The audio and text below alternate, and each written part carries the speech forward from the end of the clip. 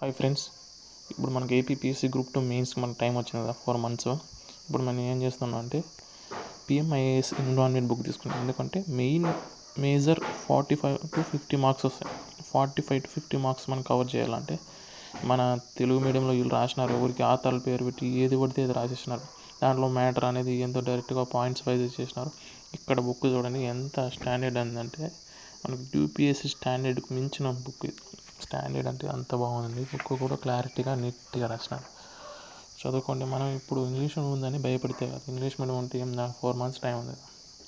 2 days 3 days కష్టపడితే మన క్లారిటీగా బుక్ అర్థమైపోతుంది.